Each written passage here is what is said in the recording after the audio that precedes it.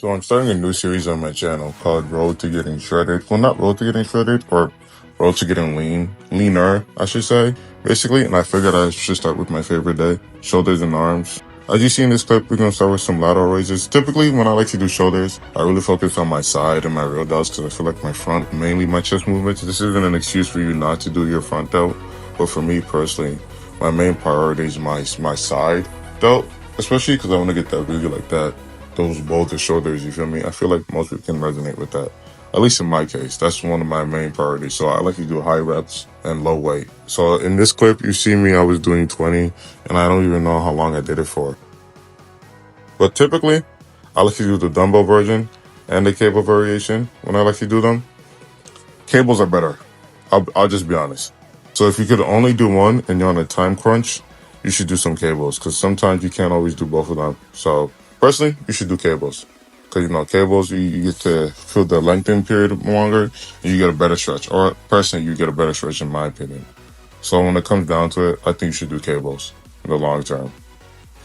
It's the same thing like last time. You want to do high reps as you're doing it. Otherwise, it's not to say it's not as productive, but for me personally, I like to do high reps. Next one, I still do hit my front shoulder, of course. So I like to do dumbbells, or I like to do the barbell, or it's an overhead press. But the only difference is instead of me standing, I'm sitting.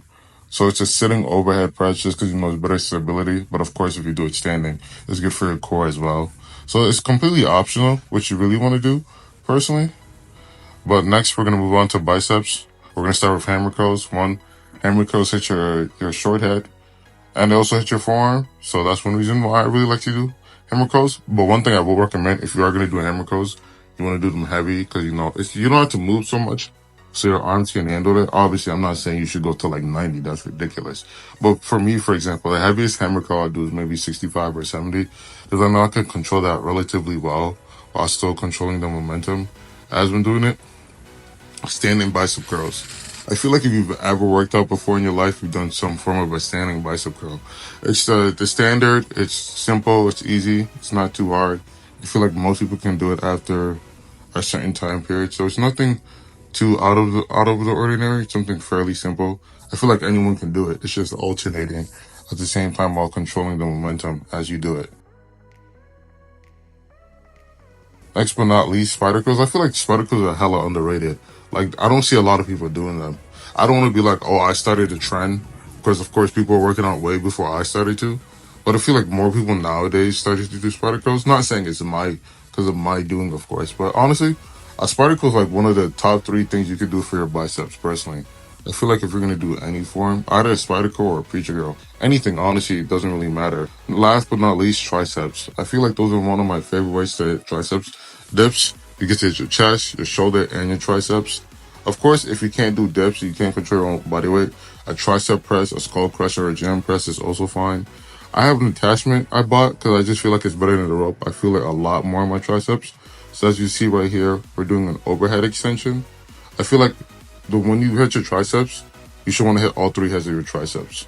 So mainly when I do any tricep movement, my main goal is to try to hit all 3 variations of it, which is why you saw me doing dips in the first clip. This one I'm going to do overhead extensions. Normally, I try to do all 3 variations of the overhead. So I'll do close, I'll do medium, and then I'll do that one. Last but not least, skull crushers. I understand that some people do have some issues with their elbows, but they might not want to do it.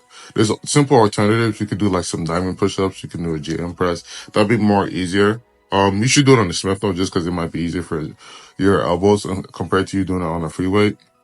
I like to do it into close grip afterwards, but if you like and enjoy, let me know.